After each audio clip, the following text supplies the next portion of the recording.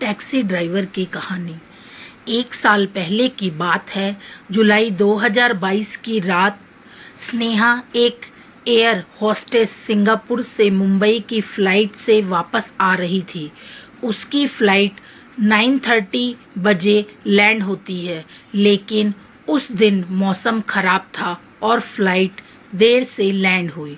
रात के 2 बजे स्नेहा ने एयरपोर्ट से बाहर निकलकर एक कैब बुक करने की कोशिश की, लेकिन बारिश की वजह से कोई कैब नहीं मिल रही थी। थोड़ी देर बाद उसकी नज़र एक सफ़ेद रंग की टैक्सी पर पड़ी। टैक्सी ड्राइवर अकेला था और स्नेहा ने उससे रोका और कहा कि उसे गोरेगांव जाना है। ड्राइवर ने सिर्फ सिर हिलाकर हाँ कहा और स्नेहा टैक्सी में बैठ गई। टैक्सी तेज स्पीड से चलने लगी। स्नेहा ने सोचा कि शायद ड्राइवर जल्दी में हो, लेकिन थोड़ी देर बाद उसने महसूस किया कि कुछ तो गलत है। टैक्सी की स्पीड बढ़ती जा रही थी और ड्राइवर की आंखों में एक अजीब सी चमक थी। स्नेहा ने ड्राइवर से कहा कि स्पीड कम करें, लेकिन ड्राइवर ने उसकी तरफ देखा ही नहीं। उसने अपना मोबाइल निकाला और पुलिस को कॉल करने की कोशिश की, लेकिन सिग्नल नहीं आ रहा था। उसने टैक्सी के दरवाजे को खोलने की कोशिश की, लेकिन वो भी जाम था। तभी उसने मिरर में ड्राइवर की आंखों में एक भूतिया चमक देखी।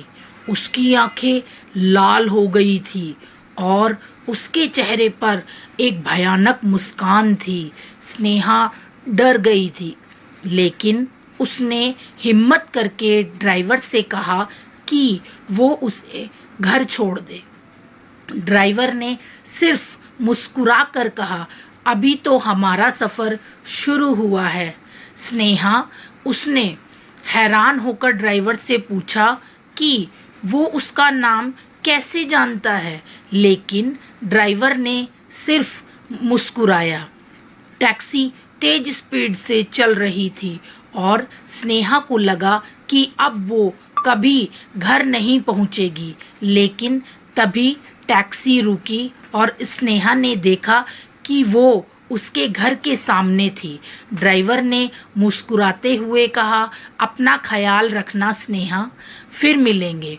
स्नेहा टैक्सी से बाहर निकली और जब उसने पीछे मुड़कर देखा तो टैक्सी वहाँ नहीं थी। वो समझ नहीं पाई कि क्या हुआ था, लेकिन उसने सोचा कि शायद वो सब एक बुरा सपना था। लेकिन जब उसने अपने घर की चाबी निकाली तो उसने देखा कि उसकी चाबी नहीं थी। उसकी जगह एक छोटा सा नोट था जिस पर लिखा था, फिर मिलेंगे स्नेहा।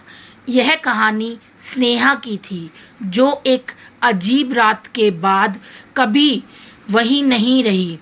उसने समझ लिया था कि दुनिया में कुछ चीज़ें हैं जो हम समझ नहीं सकते और कुछ रातें होती हैं जो हम कभी भूल नहीं सकते।